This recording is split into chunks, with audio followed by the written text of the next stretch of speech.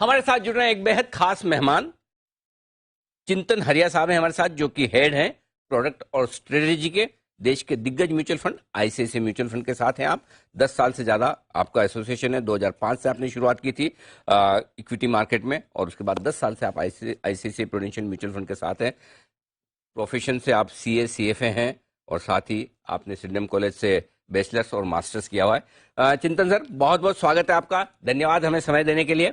सबसे पहले तो आपको, आपकी पूरी टीम, आईसीआईसीआई प्रूडेंशियल के मुस्कुराते हुए सारे निवेशकों को नए साल की बहुत बहुत शुभकामनाएं सर। 2023 आपके लिए बहुत समृद्धि वाला साल हो, ये हमारी शुभकामनाएं।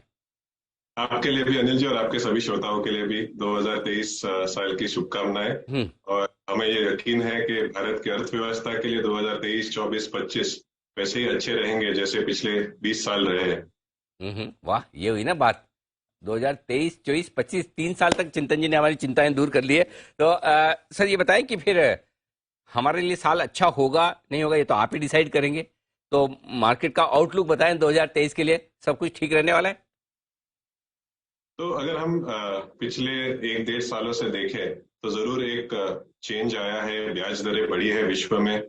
और ये जरूरी भी था, क्योंकि अगर ज्यादा देर तक ब्याज दरें कम रहती, नेगेटिव रहती यूरोप में और जीरो रहती यूएस में, तो बहुत सारी जो एसेट क्लासेस है उनके वैल्यूएशंस बहुत बढ़ जाते, ऑलरेडी ज्यादा थे। और जहां जहां पर ब्याज दरें शून्य थी, वैल्यूएशंस ज्यादा थे, वहां पर आपने करेक्शन देखा है। भारत की स्थिति थोड़ी अलग थी। भारत में ना ब्याज दरें कभी बहुत कम हुई, और ओवर हीटिंग इकोनॉमी की कभी होने नहीं दी है सरकार ने। तो अगर हम भारत की बात करें तो इसलिए हमने वो पेन नहीं देखा। और विश्व में आप जानते हो कि भारत ऐसा देश है जो सबसे यंग देश है। 26 साल की हमारी मीडियन एज है। हर साल 2 करोड़ भारतीय वर्किंग क्लास में आएंगे, वर्किंग सेक्टर में आएंगे। और अगले 8-10 साल, जैसे कि पिछले 20 साल रहे हैं, भारत जो सबसे बड़े देश है विश्व में, उसमें अच्छी ग्रोथ दिखाएगा। और आज हमारी जो अर्थव्यवस्था है और जियोपॉलिटिकल सिचुएशन है, वो भी हमें काफी सपोर्ट कर रही है। तो पहले चाइना प्लस वन था, अभी चाइना प्लस वन और यूरोप प्लस वन। तो भारत के लिए जो भी नेगेटिव विश्व में हो रहा है, पॉजिटिव की तरह अब हमको एक मौका मिल रहा है। और उसी के कारण हमारी मार्केट्स ने भी एक अच्छा रैली दी है लास्ट 1-1.5 सालों में। हम ऐसा नहीं कहते वॉलिटिलिटी नहीं रहेगी या फिर मार्केट में करेक्शन नहीं रहेगा, पर अगर आपके पास समय है 5-10 सालों तक भारत के ग्रोथ के साथ जुड़े रहने का, तो हमें नहीं लगता कि आपको कहीं नेगेटिव रहने की जरूरत है भारत पे। बिल्कुल सर। तो हिंदुस्तान की स्टोरी बहुत मजबूत है, एक साल के लिए नहीं, आने वाले कई सालों के लिए। जो सर थोड़ा बहुत डर है ना, वो बाहर के मार्केट देखते हैं तो आ जाता है। मतलब डाओ देखो, यूरोप देखो, इधर उधर देखो, तो ऐसा लगता है इनकी तो हालत बड़ी खराब है, और ये खराब होंगी तो हमें भी खराब करेंगे। तो ग्लोबल मार्केट्स की रिस्क कितनी है, या फिर कमोबेश वो रिस्क हमें पता है, पचा चुके हैं, जरा वो समझाएं सर।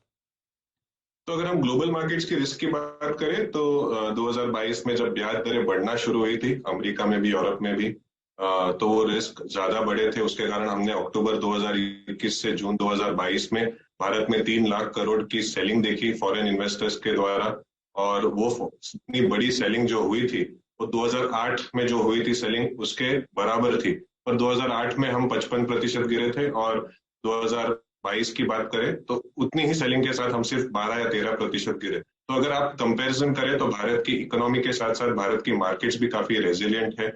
रिटेल पार्टिसिपेशन और इंस्टीट्यूशनल पार्टिसिपेशन ईटीएफ के द्वारा मार्केट्स में डायरेक्ट, और फिर म्यूचुअल फंड्स जो कि आज काफी बड़े हो चुके हैं। 2008 में म्यूचुअल फंड्स भारत के टोटल मार्केट कैप का सिर्फ 1% या उससे कम हिस्सा था। आज हम 9.5% के आसपास है mutual funds. I think mutual funds के ग्रोथ के साथ साथ भारत में वॉलिटिलिटी कम हुई है, क्योंकि एक सही तरीके से मार्केट में पैसा निवेश हुआ है। और हमें ऐसा लगता है कि ये कंटिन्यू रहेगा। आपने ऑलरेडी देखा है 13,000 करोड़ की मंथली एसआईपी बुक है, और वो ग्रो हो रही है। तो भारत का पूरा जो सेविंग्स है 800 लाख करोड़, उसमें से सिर्फ आज 5% के आसपास इक्विटी में है। तो ये कल्चर कंटिन्यू रहेगा, और जैसे जैसे यंगस्टर्स आते रहेंगे उनका इक्विटी एलोकेशन मुझे लग रहा है बढ़ेगा। तो एक जो ट्रेंड शिफ्ट हुआ था अमेरिका में 1981 से लेकर 2022 में, जहां पर ज्यादातर उनका पैसा इक्विटी में जा रहा था, वैसे भारत में भी देखा जाएगा। उतार चढ़ाव होते रहेंगे, पर वो ट्रेंड शायद कंटिन्यू रहे।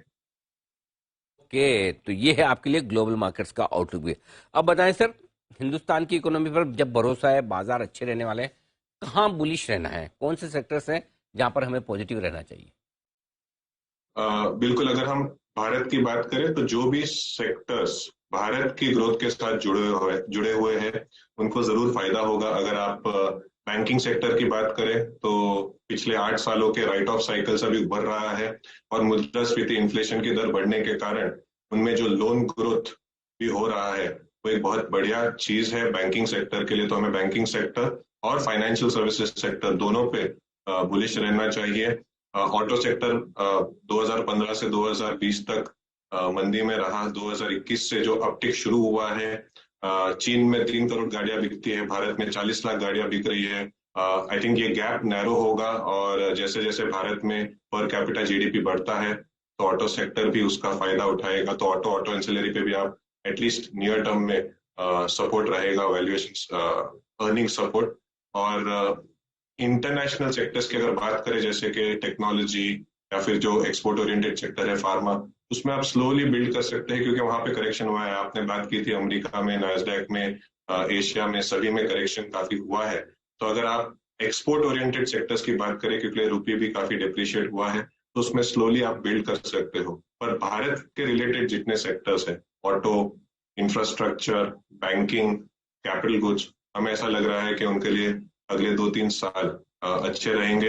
वैल्यूएशंस के हिसाब से भी अगर हम देखें तो ये बहुत महंगे नहीं है, स्पेशली पावर यूटिलिटीज सेक्टर अगर हम देखें तो पावर यूटिलिटीज सेक्टर, क्योंकि भारत में अभी पिछले साल पावर डेफिसिट पहली बार हुआ था, तो जो भी स्टॉक्स पावर रिलेटेड भी है वो भी अगले 2-3 साल में अच्छा कर सकते। बहुत ही बढ़िया। Bank, auto, infra, power utilities, ये तो मजबूत है ही है। और जो कुछ पिटे हुए सेक्टर से जहां आपको हमें डर लगता है, टेक और फार्मा, ये भी धीमे धीमे मौका देंगे। कहाँ दूर रहना, अगर कोई ऐसे सेक्टर्स हैं जहां थोड़ी सावधानी रखनी है, दूर रहना, तो वो भी बताएं सर। तो पिछले 8-10 सालों में क्योंकि ब्याज दरें विश्व में कम थी और उसका फायदा भारत में भी मिला था, तो जो कंज्यूमर फेसिंग सेक्टर्स हैं जहां पर अर्निंग्स अच्छे हैं पर वैल्यूएशंस बहुत महंगे हैं, वो शायद अगले 1-1.5 सालों तक करेक्शन या कंसोलिडेशन फेज में रहेंगे, क्योंकि उनके जो वैल्यूएशंस है वो इतने बढ़ चुके हैं कि एक अर्निंग्स ग्रोथ के साथ साथ वैल्यूएशन कंसोलिडेशन की भी जरूरत है। और ब्याज दरें क्योंकि पहले शून्य थी विश्व में और आज 4 या 5% है, तो जो हाई ग्रोथ हाई वैल्यूएशन वाले सेक्टर्स है, एफएमसीजी में जो स्टॉक्स है या फिर जो टेक्नोलॉजी में भी जो स्टॉक्स थे जिनके मल्टीपल्स 30, 40, 50 के ऊपर थे, उन वहां पर आपको थोड़ा कंसोलिडेशन देखने को मिलेगा। और जिन कंपनियों में कैश फ्लो नहीं है, जिन कंपनियों में मुनाफा नहीं है, उससे थोड़ा आप बच के रहिए। ये है आपके लिए। कैश फ्लो वाली कंपनियों पर फोकस करें, मुनाफे वाली कंपनियों पर फोकस करें, तो इनडायरेक्टली चिंतन जी कह रहे हैं कि ये न्यू एज ई कॉमर्स कंपनियां हैं, जरा थोड़ा सावधान रहें, राइट सर? जहां प्रॉफिट ना दिख रहा हो अभी। जहां पर भी प्रॉफिट ना, जहां पर भी कैश फ्लो ना दिखे, आप बच के रहिए। बिल्कुल ठीक बात है। तो जो कमा रहा है वही आपको भी कमा कर देगा अगर आप निवेश करते हैं तो। चिंतन जी, बहुत बहुत धन्यवाद सर, समय देने के लिए और हमारे दर्शकों को डायरेक्शन देने के लिए अगले साल के लिए। शुक्रिया।